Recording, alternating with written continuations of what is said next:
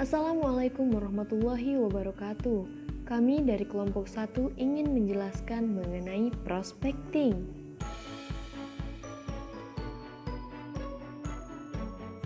Seorang salesman yang efektif harus memahami setiap tahap di dalam proses penjualan. Memahaminya guna mempersiapkan teknik yang paling tepat ketika berhadapan dengan prospek atau pelanggan. Apa itu prospecting? Prospecting adalah sebuah proses di mana perusahaan memulai dan mengembangkan bisnis baru dengan cara mencari calon pelanggan dan klien baru. Tujuan dari strategi tersebut adalah untuk meletakkan prospek-prospek tersebut hingga mereka berubah menjadi pelanggan tetap. Di dalam penjualan tentunya terdapat selling process. Selling process adalah suatu proses yang harus dilalui oleh seorang penjual ketika akan menawarkan atau menjual suatu produk atau jasa kepada prospek atau pelanggan. Terdapat 6 tahapan. Yang pertama, prospecting and approaching. Yang kedua, probing. Ketiga, consulting for solution. Keempat, handling objections. Yang kelima, closing the sales. Dan yang keenam, after sales service.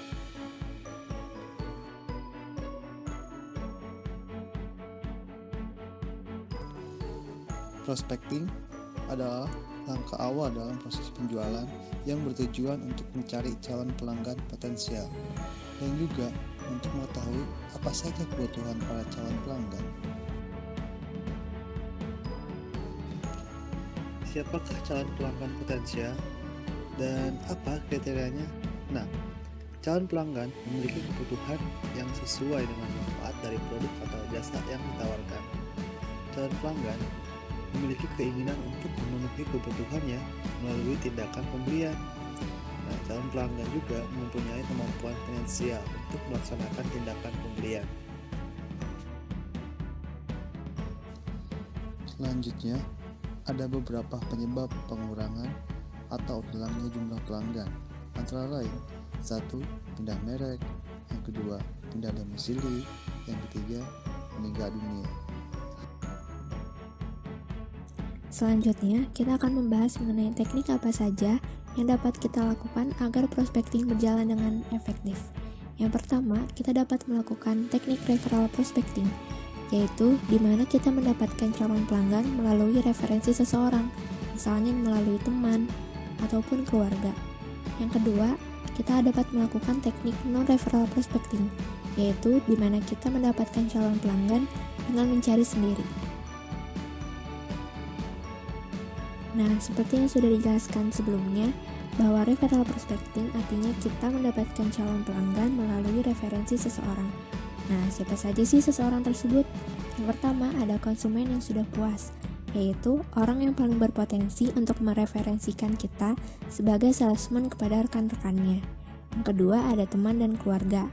Nah, kita dapat meminta referensi dari teman lama, tetangga, teman kuliah dulu, hingga saudara sepupu dan sebagainya. Yang ketiga, ada orang yang berpengaruh. Referensi juga dapat kita peroleh dari kenalan yang memiliki pengaruh kuat dalam lingkungan tertentu, misalnya komunitas olahraga, komunitas profesional, organisasi non-profit, dan sebagainya. Nah, selanjutnya dalam referral prospecting ini ada beberapa tahapan yang dapat kita lakukan untuk mendapatkan referensi. Yang pertama ada isolation, yang kedua ada confirmation, yang ketiga ada qualification, dan yang keempat ada getting information, yang kelima ada asking help, dan yang terakhir yaitu asking permission. Selanjutnya saya akan menjelaskan beberapa tahapan yang sebelumnya dijelaskan. Yang pertama ada isolation atau isolasi. Isolation artinya memfokuskan pelanggan pada kelompok atau grup yang lebih kecil, tidak terlalu melebar, dan perlu difokuskan kepada teman pelanggan yang benar-benar dekat dengan pelanggan. Selanjutnya ada confirmation atau konfirmasi.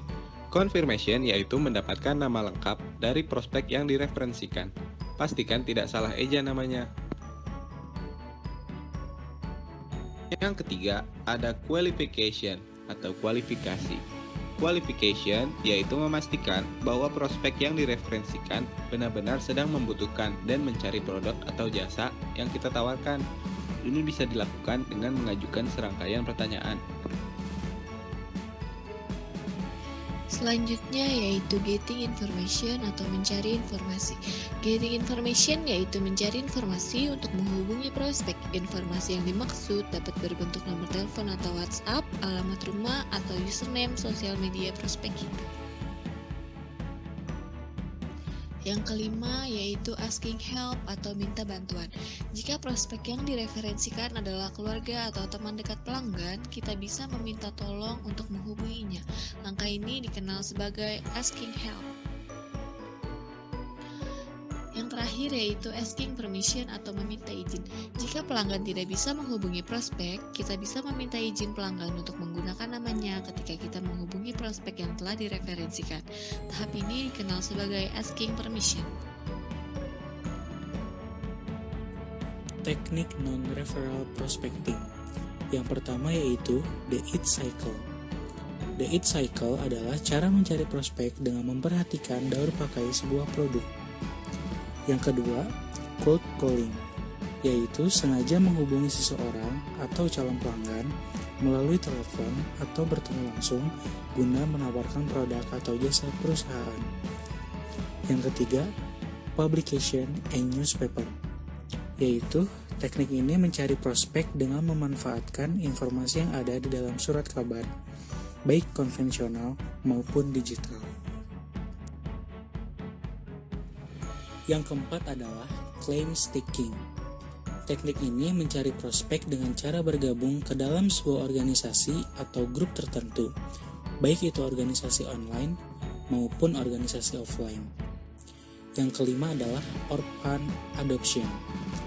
Database yang ditinggalkan ketika ada rekan kita atau rekan salesman di bagian penjualan yang keluar dari perusahaan. Yang keenam adalah swap meet. Strategi mencari prospek dengan cara membuat tim rekanan dengan tenaga penjual produk atau jasa pelengkap. Misalnya, tenaga penjual produk properti membuat tim rekanan dengan tenaga penjual produk perbankan. Yang ketujuh adalah seminar, trade show, dan event. Kita dapat menghadiri berbagai acara seperti seminar, pameran dagang, ataupun yang lainnya. Event yang dikunjungi bisa bersifat olahraga, hiburan, ataupun yang lainnya guna untuk mendapatkan calon pelanggan. Yang kedelapan adalah internet, bisa melalui website ataupun sosial media. Data calon pelanggan yang didapat dari kunjungan ke website perusahaan dan pertemanan di sosial media bisa kita gunakan untuk mendapatkan calon pelanggan. Yang kesembilan adalah company database, yaitu mencari database yang dimiliki oleh perusahaan. Perusahaan perbankan dan telekomunikasi biasanya memiliki sistem database yang mumpuni.